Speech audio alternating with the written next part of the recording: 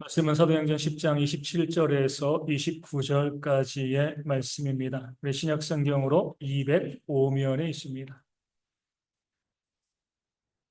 사도행전 10장 27절에서 29절까지의 말씀입니다.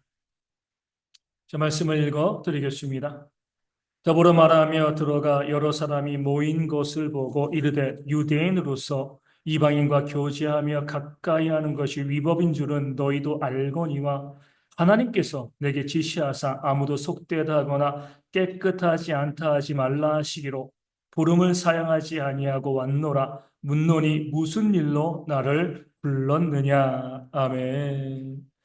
베드로가 고넬료의 집 앞에 들어갈 때 이 고넬료가 엎드려서 영접했습니다. 그때 베드로는 이렇게 세우고 나도 사람이다. 같은 사람인데 그렇게 하지 말라. 이렇게 이야기하면서 고넬료와 함께 말하면서 그 집으로 들어갔는데 누가 있어요? 고넬료가 미리 청한 많은 친척들과 그 고넬료의 친구들, 주로 다 이방인들이죠. 이방인들이 쭉 도열하고 있는 거죠. 그러니까 베드로를 기다리고 준비하고 있는 겁니다. 그럴 때 그들을 바라보면서 베드로가 이렇게 이야기합니다. 유대인으로서 이방인과 교제하며 가까이 하는 것이 위법인 줄 너희도 알지 않냐? 이렇게 이야기해요.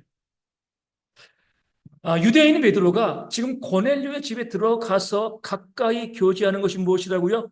유대인의 법을 어기는 것이 되어진다는 겁니다. 그 유대인의 법을 어기면 어떻게 돼요? 돌에 맞아 죽는 거죠, 그렇죠? 이렇게 이야기하는 겁니다. 내가 죽기를 각오하고 왔다는 거예요. 유대인들은요, 이방인과 물론 이제 뭐 상거래도 할 수 있었고 행정적인 일을 할 수 있었지만 가까이 하며 교제하지 않았습니다. 그래서 가까이 하며 교제한다는 것은요, 식사의 교제를 한다는 거거든요. 그들의 집에 들어가서 함께 음식을 먹으면 부정탄다. 그들은 부정하고 우린 거룩하기 때문에 부정한 이방인과 함께 있으면 우리가 부정해져. 하나님께 예배할 수가 없어. 그런 면에서 유대인들은요, 이방인과 함께 식사하지 않았습니다. 아직까지도 그래요. 정통 유대인들은요, 이방인과 지금도 식사하지 않습니다. 그들과 함께 있으면 부정해진다라고 생각하기 때문에 그렇습니다. 물론 이것은요, 성경은 아닙니다. 성경에서 시작되어지긴 했어요. 너희는 거룩하다. 하지만 하나님께서 이방인과 밥 먹지 마, 교제하지 말라, 이렇게 말씀하신 것은 아니거든요. 그 성경에서 시작됐는데 그들 나름대로 뭐예요? 법을 만든 겁니다. 우리가 거룩해지기 위해서는 이방인과 교제하거나 가까이 하면 안 돼. 누군가 이방인과 교제하거나 가까이 하면 함께 가서 식사하면 추방, 사형, 물론 그들에게 지금은 사용할 수 있는 권한은 없지만 그렇게 이 핍박하고요, 권한을 줄 수 있는 그런 근거가 되어지는 겁니다. 안 그래도 지금 베드로는요, 유대인과 관계가 안 좋잖아요, 그렇죠? 유대인들이 지금 이 베드로에 대해서 어떻게 하면 우리가 올무에 씌울까? 어떻게 하면 죽일까? 이런 생각을 하고 있는데 지금 베드로가 이방인의 집에 들어가서 그들과 식사하며 교제하며 가까이 하면 이것을 올무로 베드로는요, 암살당할 수 있습니다. 죽임당할 수 있는 거죠. 그런 상황임에도 불구하고 내가 너희와 함께 교제하는 것이 위법인 줄 너희도 알잖아. 이들도요, 유대 사회에 있는 이방인이었기 때문에 유대인의 관습을 알고 있었습니다. 베드로가 여기 오는 것 자체가 위법이다. 오면 죽을 수 있다. 유대인들에게. 베드로가 가지 않는 것이 맞습니다. 그럼에도 불구하고요, 베드로는 그들에게 간 거죠. 고넬료의 집에 갔습니다. 먼저 이야기하는 거예요. 내가 지금 법을 위반하고 너희 가운데 왔어. 위법이야. 유대인들이 이방인과 가까이 할 수 없는 그 법을 내가 어기면서 너희 가운데 왔다. 죽기를 각오하고 왔어. 그러면서 무엇이라고 이야기하는 거죠? 그렇게 내가 위법인 줄 알고 너희에게 온 이유는 하나님께서 내게 지시하사 아무도 속되다 하거나 깨끗하지 않다 하지 말라 하시기로 부름을 사양하지 아니하고 왔노라. 아멘. 하나님이 가라고 하신 거예요. 사람의 법은요, 사람이 만든 법은 가면 교제하면 죽어. 우리가 공격할 거야. 이런 법이 있는데 베드로가 보기에는요, 그 사람의 법보다 무엇이 더 중요한 거죠? 하나님의 말씀 진리죠. 그렇죠? 그 진리가 당연히 그 사람이 만든 법보다 훨씬 더 중요하다. 이 사실을 베드로는 고백하고 있는 겁니다. 그 땅에서 유대인들 사회에서 내가 큰 문제 없이 잘 먹고 잘 살기 위해선 그 법을 따르면 되는 거예요. 공격당할 일이 많이 줄어듭니다. 그런데 그 법이 하나님의 진리의 말씀과 배치되어진다라고 하면 나는 죽기를 각오하고 하나님의 말씀을 따르겠다. 이것이 나의 정체성이다. 그 사실을 지금 베드로가 보여주고 있는 거죠. 내가 부름을 마다하지 않고 너희 가운데 왔다라고 이야기하고 있는 겁니다. 이것을 우리는요, 개혁주의적인 신앙이다라고 부르게 되어집니다. 어떤 법이 있고요, 어떤 공동체의 관습이 있다 할지라도 제일 중요한 건 뭐예요? 하나님의 말씀, 진리라는 거예요. 그 공동체의 관습과 그 법을 내가 따르기 위해서 하나님의 진리를 어긴다면 잘못된다는 거죠. 그 모든 것보다 우선되어지는 것은 하나님의 진리이기 때문에 그 진리를 위해서는 내가 죽기를 마다하지 않는다. 이것이 바로 우리의 신앙이다. 베드로가 보여주고 알려주고 있는 겁니다. 이런 베드로의 아름다운 신앙은요, 어디에서부터 시작되었을까요? 당연히 예수님께로부터 시작이 되어진 겁니다. 예수님께서도 이 땅 가운데 오셔서 우리의 죄를 대속하여서 고난받으시고요, 십자가에 달려 죽기 위해서 이 땅 가운데 오셨습니다. 그런데 예수님은 어때요? 하나님이시지만 완전한 인간의 모습으로 이 땅 가운데 오셨습니다. 그런 예수님께서 고통받는 거 좋아하셨을까요? 아무리 우리 가운데 구원과 영생을 주는 그런 거룩한 사명을 위해서 왔지만 완전한 인간으로 오셨는데 고통받는 거, 비참한 죽임 당하시는 거 예수님이 좋아하셨겠습니까? 그럴 리가 없는 거죠. 그렇죠? 예수님께서도요, 고통받는 것, 비참하게 죽는 것 인간이시기 때문에 그거 예수님 싫어하셨습니다. 오죽했으면 고난받으시기 전에 그 겟세마네에서 뭐라고 말씀하신 거예요? 할 수만 있으면 이 고난의 자를 내게서 옮겨 주옵소서. 주님께서도 인간이시기 때문에 고통받는 것이 너무나 힘들고 너무나 어려운 거죠. 그럼에도 불구하고 주님께서는요, 그 길을 마다하지 않으셨습니다. 하나님의 진리의 말씀, 하나님의 명령이기 때문에 그런 거죠. 마태복음 16장에서 베드로가 주님께서 그 고난받으시고 내가 대속의 죽음을 죽겠다 이렇게 이야기했을 때 뭐라고 이야기하죠? 말리면서 주여 그리마옵소서 이 일이 주님께 미치지 아니하리이다. 내가 막아서겠다는 거예요. 인간적으로 보면 고맙죠. 그렇죠? 왕관 받으러 가는 길이 아니잖아요. 고통받고 죽으러 가는 길입니다. 인간이신 예수님께서 그 길이 너무나 힘들고 어려운데 베드로가 주님 내가 막아서겠습니다. 사람의 생각으로 보면 고마운 일이에요. 주님께서는 그 베드로를 향해서 사단아 내 뒤로 물러가라. 내가 하나님의 일을 생각하지 아니하고 도리어 사람의 일을 생각하는도다 책망하셨습니다. 나도 싫어.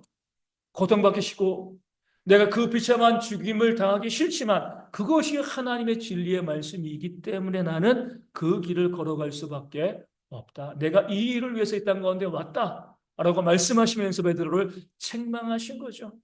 겟세마네에서도요. 할 수만 했으면 이 고난의 잔을 내게서 옮겨달라 기도하시고 그 다음에 무엇이라고 기도하셨어요? 아버지의 원대로 하옵소서. 그 진리의 말씀에 제가 순종하겠습니다. 멋있는 거죠. 그렇죠? 내가 고난받고 손해받고 내가 정말 큰 어려움을 당한다 할지라도 이것이 진리라고 하면 그 진리의 길을 벗어나지 않겠다. 그 진리를 따르겠다. 이게 그리스도인들의 신앙의 모습, 정말 멋있는 모습이 되어지는 겁니다. 우리 예전에 보면 그런 이제 가요도 있었잖아요. 폼생폼사, 그렇죠? 폼으로 살고 폼으로 죽고. 그리스도인들에게 맞는 말일 수도 있습니다. 내가 좀 더 잘 먹고 잘 살기 위해서 뭔가 유익을 얻기 위해서 비굴하게 가는 것이 아니라 진리를 위해서는요, 멋있게 내가 손해보고요, 멋있게 죽을 수 있는 길을 선택하는 것이요, 우리 그리스도인들의 정체성이고 개혁적인 모습이 되어지는 겁니다. 주님이 그 길을 걸어가시니까 지금 베드로도요, 고넬료의 집에 들어가는 것, 거기서 얼마나 귀한 말씀을 증거하거나 이것을 떠나서 자기에게는 목숨이 위협되어지는 그런 상황임에도 불구하고요, 하나님의 진리의 말씀이 명령하셨기 때문에 부름을 사양하지 아니하고 나는 진리 때문에 너희 가운데 들어간다, 너희 가운데 왔다, 이렇게 선포하고 있는 겁니다. 성경을 보면 모든 하나님의 일꾼들이 그래요. 유일하게 바라본 것은 하나님의 말씀, 그 진리입니다. 세상의 관습들, 사람들의 요구들, 사람들의 위협들 전혀 신경 쓰지 아니하고 이것이 맞는 길이면 내가 그 길로 가겠다. 그들이 하나님의 일들을 감당해 나간 거죠. 구약에 보면 우리 이물라의 아들 미가야가 나옵니다. 어느 시대죠? 아방의 시대. 이 아방이요, 아람이라는 나라와 전쟁하기 위해서 남유다에 있는 여호사밧 왕과 함께 이 동맹을 합니다. 우리가 함께 가서 아람을 치자. 전쟁하기 전에 이 여호사밧 왕은 하나님을 잘 섬기는 왕이었기 때문에 아합에게 먼저 제안을 합니다. 우리가 싸우러 가기 전에 먼저 하나님께 물어봐야죠. 그냥 갈 수 없습니다. 하나님께 물어보고 갈지 안 갈지 정하는 것이지 우리의 임의대로 갈 수가 없습니다. 그러니까 아방이요, 순식간에 400명의 선지자를 모집을 합니다. 그들이 뭐라고 이야기해요? 전쟁에 나가면 왕이 승리할 겁니다. 여호사밧 왕이 영이 깨어있는 왕인데 뭔가 좀 이상한 거예요. 찜찜한 거예요. 아합에게 이야기합니다. 이들 말고, 이 400명 말고 이 이스라엘에 우리가 물어볼 만한 다른 선지자가 없습니까? 그때 아합이 이야기하죠. 딱 한 사람, 이물라의 아들 미가야라는 자가 있습니다. 근데 그는 항상 나에게 흉한 것만 예언합니다. 만나기 싫다는 거예요. 여호사밧 왕이 그렇게 말하지 말고 그의 말도 들어보자고 해가지고 사람을 미가야에게 보내게 되어집니다. 그럴 때 아합 왕에게서 파송받은 사람들이 미가야에게 가가지고 이렇게 이야기합니다. 이전 번역에는요, 여출일구하다 그랬어요. 똑같은 말을 내뱉는다는 거죠. 400명의 선지자가 다 똑같이 아합 왕의 승리를 예언하고 있습니다. 또 위협도 하면서 또 미가야를 걱정해 주는 거죠. 당신이 딴소리하면 죽어. 400명의 사람들이 다 똑같이 아합의 승리를 이야기하고 있는데 당신이 거기 가가지고 딴소리하면 아합 왕이 당신을 가만두지 않을 거야. 그러니까 당신도 살기 위해서라면 다른 선지자와 똑같이 전쟁에서의 승리를 예언하라. 이렇게 이야기합니다. 그때 미가야는 무엇이라고 이야기해요? 이렇게 이야기하고 있습니다. 여호와께서 내게 말씀하시는 것, 곧 그것을 내가 말하리라. 아멘. 수백 명의 사람들이 무엇이라고 이야기하는 것 중요하지 않다. 여호와께서 지금 내게 말씀하시는 것, 나는 오직 그것만을 이야기하겠다. 그리고 가서 무엇을 이야기해요? 당신이 전쟁에 나가면 죽임을 당할 겁니다. 그리고 감옥에 갇히게 되어지는 거죠. 이게 그리스도인인 거예요. 그 400명의 선지자처럼 같이 이야기하면 살 수 있습니다. 감옥에 안 가는 거예요. 아합이 또 포상금을 주었을지도 몰라요. 그럼에도 불구하고 이 미가야는요, 하나님께서 내게 말씀하시는 그것만을 내가 말하겠습니다. 이게 바로 선지자입니다. 그렇게 이야기하고요, 진리를 이야기하고 감옥에 갇히는 그런 모습을 성경은 보여주고 있습니다. 잘 생각하셔야 돼요. 아무리 사회와 세상과 관습과 법이 있다 할지라도요, 우리는요, 하나님의 말씀이 우리의 삶의 유일한 기준이 되어 줍니다. 다들 오른쪽으로 가야 된다고 하지만 왼쪽에 진리가 있으면 나 혼자라도 그 길로 걸어가는 거예요. 이 오른쪽으로 가면 내가 돈 벌 수 있고 부유할 수 있고요. 그 오른쪽에서 내가 성공할 수 있지만 진리가 아니라고 하면 실패할 수 있고 넘어질 수 있는 그 왼쪽의 길로 걸어가는 것이 우리의 정체성이 되어지는 줄로 믿습니다. 그것이 하나님의 말씀이라고 하면, 진리라고 하면은요, 거기에 목숨을 거는 것, 타협하지 않는 것. 예수님이 보여줬고요, 오늘 베드로가 보여주고 있습니다. 부름을 사양하지 않고 왔노라. 죽기를 각오하고 왔다. 이렇게 이야기하고 있는 겁니다. 이물라의 아들 미가야도 마찬가지고 구약에 있는 모든 선지자도 또 바울도 마찬가지였어요. 남들이 어떤 길로 걸어가는가, 어떤 법으로, 어떤 관습으로 우리를 위협하고 우리를 옥죄고 있는 거, 이거 중요한 거 아니에요? 무엇이 진리인가? 무엇이 옳은 길인가? 그 개혁적인 바탕 아래 지금 이 시대의 교회가 세워져 있는 겁니다. 우리의 교회는 그렇게 세워진 거예요.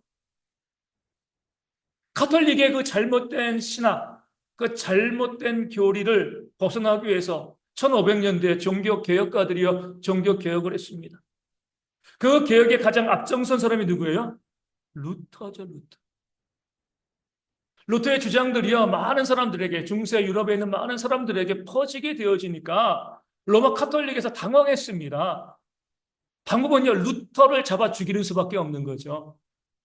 로마의 황제, 로마의 교황이요, 그 당시 루터가 있는 지역의 황제였던 신성 로마 제국의 카를 5세에게 이렇게 요청을 합니다. 루터를 보름스에 있는 회의장으로 소집을 하라. 이렇게 이야기해요.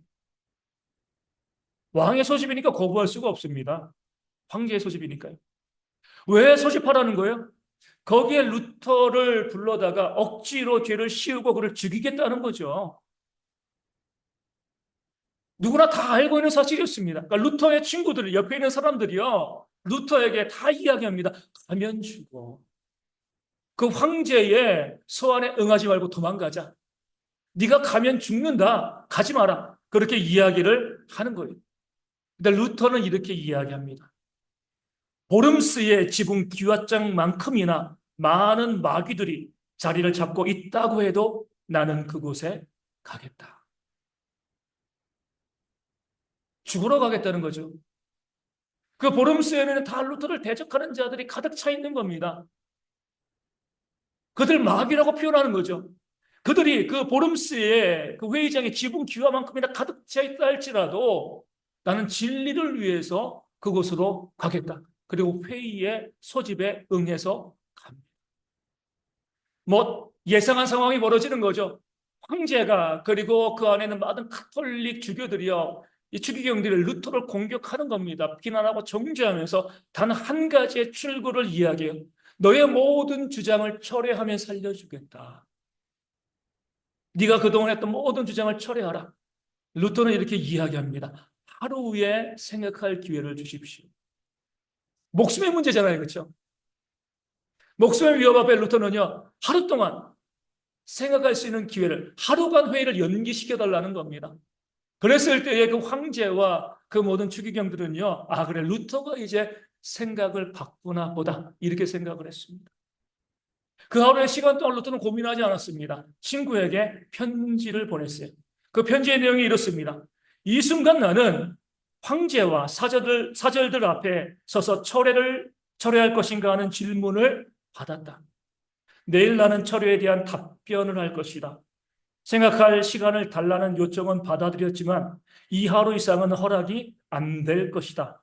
그러나 나는 그리스도께서 내게 은혜를 베풀어 주시는 한 영원히 한 글자도 철회하지 않을 것이다. 죽겠다는 거죠, 그렇죠? 하루의 시간 동안에 뭐 고민한 것이 아닌 친구에게 자기의 심정을 고백하는 겁니다. 그 진리를 부인하라고 철회하라고 요구하고 있는데, 그러면 살려주겠다고 이야기하는데 나는 한 글자도 철회하지 않을 것이다. 편지를 보내고 그 다음날 회의 앞에 황제에게 이렇게 이야기합니다. 성경의 증거함과 명백한 이성에 비추어 나의 유죄가 증명되지 않는 이상 나는 교황과 공의회의 권위를 인정하지 않겠습니다. 교황 앞에서, 황제 앞에서, 공의 앞에서 내가 성경과 명백한 이성을 가지고서 당신들의 권위를 인정할 수가 없겠습니다. 이렇게 이야기합니다. 그리고 나서 사실 이 둘은 교황과 공의회는 오류를 범하여 왔고 또 서로 엇갈린 주장을 펴왔습니다. 내 양심은 하나님의 말씀에 사로잡혀 있습니다. 나는 아무것도 처리할 수 없고 또 그럴 생각도 없습니다. 왜냐하면 양심에 반해서 행동하는 것은 안전하지도 못할 뿐만 아니라 현명한 일도 아니기 때문입니다. 그 신앙의 양심을 가지고 있는데 그 양심에 반하여서 목숨 때문에 살기 위해서 양심에 반하여서 행동하는 것은 안전하지도 않고 현명한 일도 아니다. 그렇게 하고요. 그리고 아주 짧은 기도를 합니다. 하나님이여 나를 도우소서. 아멘. 유언과 같은 고백인 거죠. 그 많은 대적자들이여 루트 한 사람을 그 보름스웨에 내세우고 철회하지 않으면 죽일 거야. 철회해 압박을 하는데 한 글자도 철회하지 않습니다. 성경의 진리와 내 양심에 비추어 봐가지고 내가 주장하는 것이 옳기 때문에 당신들이 아무리 나를 죽인다 할지라도 나는 한 글자도 철회할 수가 없습니다. 당신들이 오리고 잘못했습니다. 그 권위에 복종할 수 없습니다. 하나님이여 나를 도우소서. 아멘. 그 바탕 위에 지금 우리의 교회가 세워져 있는 거예요. 우리 정체성을 아셔야 돼요. 그냥 교회가 아니라 우리가 개혁 교회로서 개혁적인 마음을 가지고 있다는 것은요, 그 루트와 모든 개혁자를 그들의 신앙의 고백이 우리 가운데 있는 겁니다. 세상의 법이 그 법을 가지고서 우리를 죽이려 한다 할지라도, 우리를 압박한다 할지라도 이 하나님의 진리의 말씀이 우리 가운데 우선이기 때문에 이 양심에 비추어서 이 말씀을 지키는 것이 우리 신앙의 근본이고 내가 죽더라도 진리를 배반할 수 없습니다. 여러분 가운데도 이런 멋있는 신앙이 있었으면 좋겠습니다. 오늘 베드로가 내가 부름을 사양하지 않고 왔노라, 위법인 줄 알면서도, 죽을 줄 알면서도, 그들이 예수를 죽인 것처럼 나를 이 일로 죽일 줄 알면서도 하나님이 말씀하셨기 때문에 그 말씀의 진리 앞에 내가 부름을 사양하지 않고 너희 가운데 왔다. 여기에 우리의 신앙의 뿌리가 있는 거예요. 무엇이 진리인가? 그 진리면은요, 그 진리 가운데 순종하면 됩니다. 때로는요, 이 진리가 법과 상충할 수가 있습니다. 그 공동체의 규범과 상충할 수도 있어요. 하지만 더 중요한 건 뭐예요? 하나님의 진리의 말씀, 진리가 되어지는 겁니다. 설교를 준비하고, 제가 설교를 주로 월화의 준비를 많이 하니까 설교를 준비하고 난 다음에 화요일 아주 정말 가슴 아픈 그런 사건, 우리 계엄 이 포고 사건이 있었습니다. 사태가 발생을 한 거죠. 말씀을 다시 한번 제가 말씀을 준비하고 말씀을 다시 보면서 그 말씀을 가지고, 이 말씀을 가지고 그 사건들을 한번 바라보게 되어지는 거죠. 아직까지 전모가 다 밝혀지지 않았기 때문에 뭐라고 함부로 판단하기 어렵지만 두 부류의 사람들이 있잖아요. 한 부류는 뭐예요? 군인이기 때문에 명령에 무조건 복종한다. 한 부류는요, 그 명령이 부당하기 때문에 복종할 수가 없다. 무엇이 옳은 겁니까? 개혁적인 전통 가운데 우리가 있다라고 하면은요, 우리의 순종은요, 진리 가운데 순종인 거죠. 옳은 것 가운데 순종입니다. 옳지 않음에도 불구하고 그것이 내가 본인이기 때문에 그 집단 자체의 법이기 때문에 거기를 따른다는 것은요, 잘못된 것이죠. 그런 생각을 한번 해봤습니다. 나는 군인이기 때문에 그 법에 따른다라고 이야기하는데 우리 군에서 북한에 뭐를 해요? 대북 방송을 하잖아요. 그렇죠? 왜 대북 방송을 해요? 북한의 그 지도자에게 따르지 말라고 하는 거잖아요. 그 군인들에게. 만약에 군인은 무조건 그 상관의 명령을 따라야 된다라고 하면 대북 방송하지 말아야죠. 그렇죠? 그들도 그들의 상관의 그 명령을 따르는 것이 맞잖아요. 그렇죠? 근데 왜 우리가 대북 방송을 해요? 그것이 잘못됐으니까. 그게 잘못된 지도체제이기 때문에 거기에 순종할 필요가 없다라고 대북 방송을 하는 거죠. 그렇죠? 그런데 우리는 무조건 상급자의 명령에 순종해야 된다. 이렇게 주장을 한다고 하면 이것은요, 말이 맞지가 않는 거죠. 우리는 진리 가운데 순종하는 겁니다. 교회에서 가장 중요하게 이야기하는 것이 바로 순종이죠, 순종. 이 순종은요, 진리 안에 순종인 거예요. 사람에게 순종하는 거 아닙니다. 교회의 법에 순종하는 거 아니, 오직 하나님의 말씀에 순종하는 겁니다. 그런 것이 없이 그냥 무조건 순종하라라고 외치는 것은요, 이단이죠, 그렇죠? 이단들이 그러잖아요. 어떤 이의 제기도 받아들이지 않습니다. 무조건 말하면 그대로 시하고 순종하는 거죠. 카톨릭을 부정하는 이유도 그거잖아요. 교황이 말하면 다 순종할 수밖에 없습니다. 그도 사람인데. 잘못된 거예요, 그렇죠? 하나님의 말씀 진리 앞에서 우리가 불순종하면 안 돼요. 그 말씀이라고 하면 목숨 걸고 순종해야 되는데 사람의 생각과 주장과 공동체의 규범과 아무리 교회를 할지라도 교회 법이라 할지라도 성경에 위배되어지면은요 우리는 아니라고 이야기할 수 있는 것이 오늘 말씀이 우리 가운데 알려주는 그런 하나님의 그리스도인들의 모습이 되어지는 줄로 믿습니다. 오직 주의 말씀 가운데 하나님의 진리 가운데 순종하고 그것을 따르는 것. 그럴 때 하나님께서 그런 성도들의 삶에 비록 고난과 어려움이 있을 수 있지만 더욱더 큰 은혜로 채우시는 그런 역사가 우리 가운데 있게 되어질 줄로 믿습니다. 많은 사람들이요 여러 가지 위협 가운데 타협합니다. 손잡는 거죠. 내가 잘 먹고 잘 살기 위해서 좀 더 나은 삶을 살기 위해서 거기 타협하고 있는데 세상은 그럴 수 있습니다. 당연히 그래야죠. 하지만 우리는 믿는 자들이기 때문에 그것이 합당하지 않은 것이죠. 옳지 않습니다. 늘 우리가 목숨을 걸고 지켜야 될 것은 하나님의 말씀, 진리가 되어지는 줄로 믿습니다. 우리의 공급자는 하나님이신 거예요. 그렇죠? 내 삶에 채우시는 분은 하나님이십니다. 그 하나님께서 우리의 모든 것을 주관하신다. 그 사실을 우리가 믿고 고백하는 그런 모습이 있어야 될 줄로 믿습니다. 대학교를 졸업을 하고 이제 신학대학원을 가고 싶었던 거죠. 몇 번 말씀드렸습니다. 청신대에 있는 신학대학원을 가려고 사당동에 있잖아요. 신학대학원을 가려고 준비를 했어요. 이제 졸업하기 전에 시험을 보니까 준비를 딱 했는데 안 되는 거예요. 왜 안 되는 거냐면 제가 그 학교에 들어갈 자격이 안 되는 겁니다. 그쪽 교단이 아니기 때문에 그래요. 신학대학원은 기본적으로 교단의 신학대학원입니다.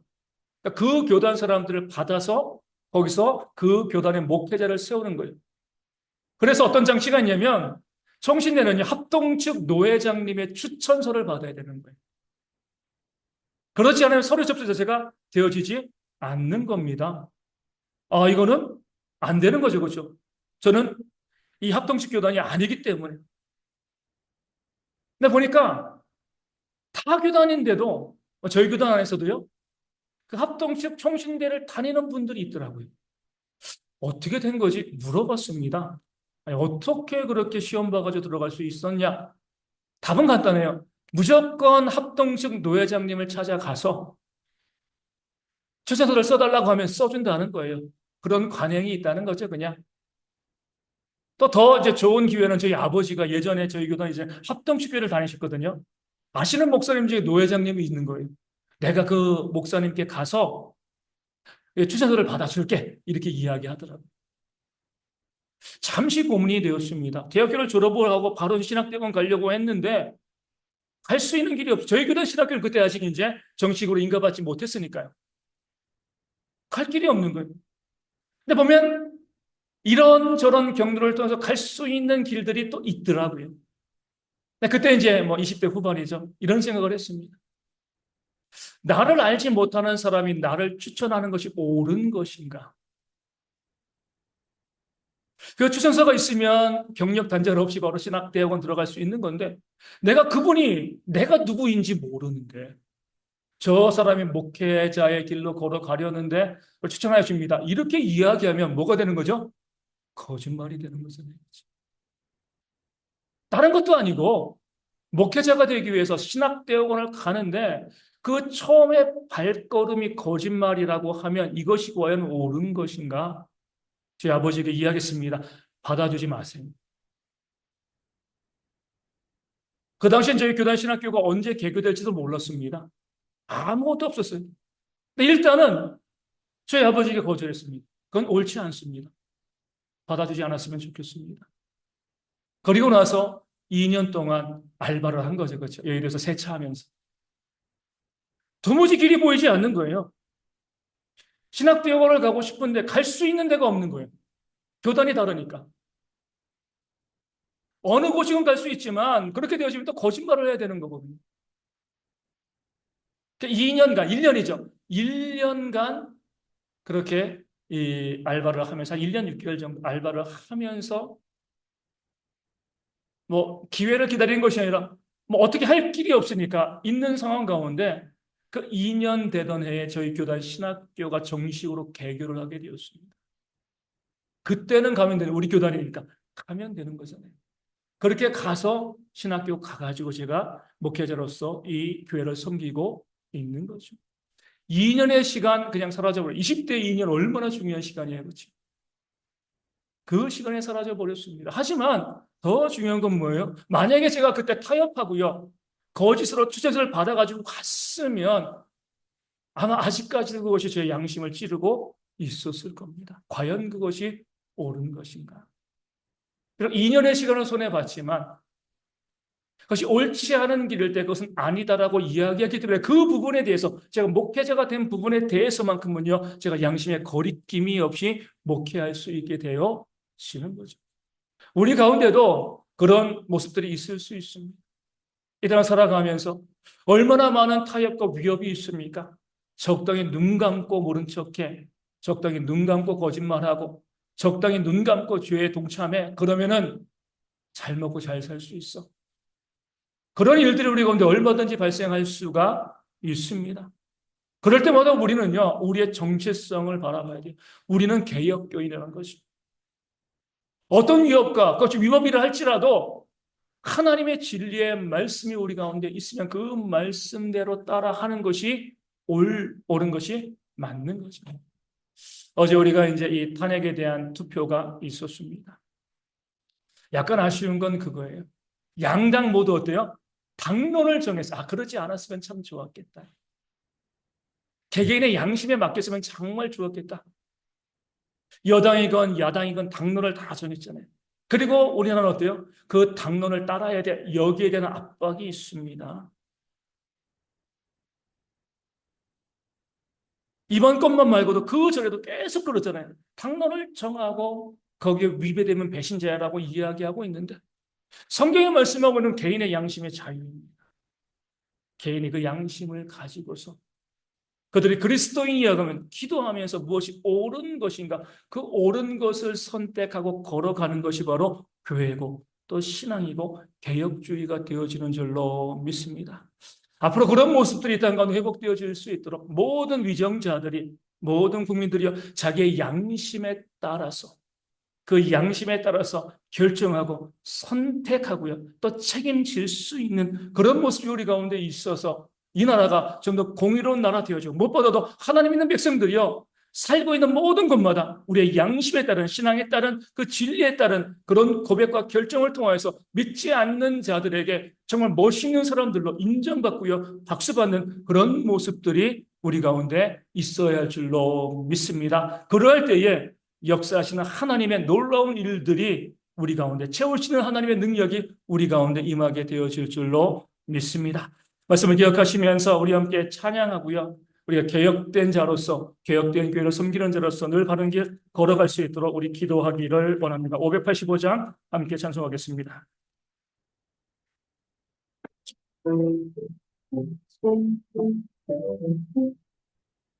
내 주는 강한